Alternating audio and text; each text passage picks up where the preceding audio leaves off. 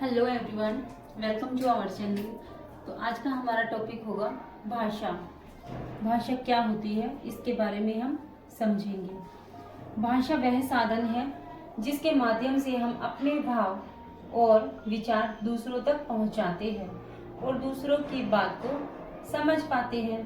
कहने का मतलब, जब हम आपस में कोई बात करते हैं, अपने बातों के द्वारा, बातों के जरिए हम एक दूसरे की बात को समझते हैं और समझाते हैं, उसे ही भाषा कहा जाता है।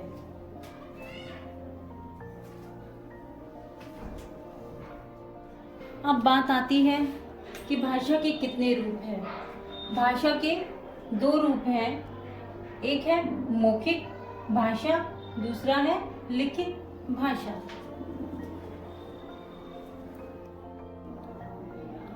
अब हम समझेंगे मौखिक भाषा की परिभाषा कि मौखिक भाषा क्या होती है। मौखिक भाषा बोलकर अपनी बात दूसरों तक पहुंचाना और सुनकर दूसरों की बात को समझना भाषा का मौखिक रूप कहलाता है।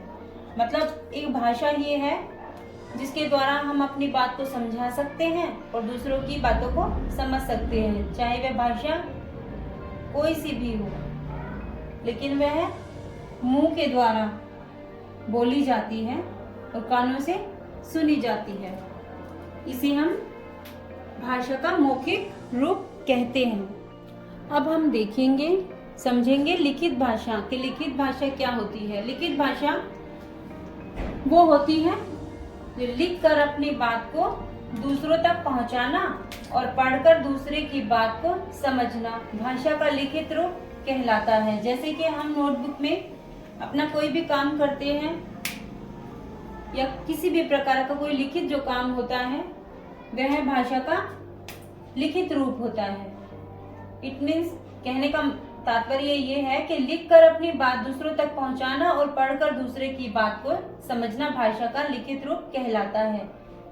याद रखने के लिए, लिखना ल से शुरू होता है और लिखित, ऐसे ही मौखिक म से मुंह, इस तरीके से कनेक्ट करके उसको याद रखा जा सकता है।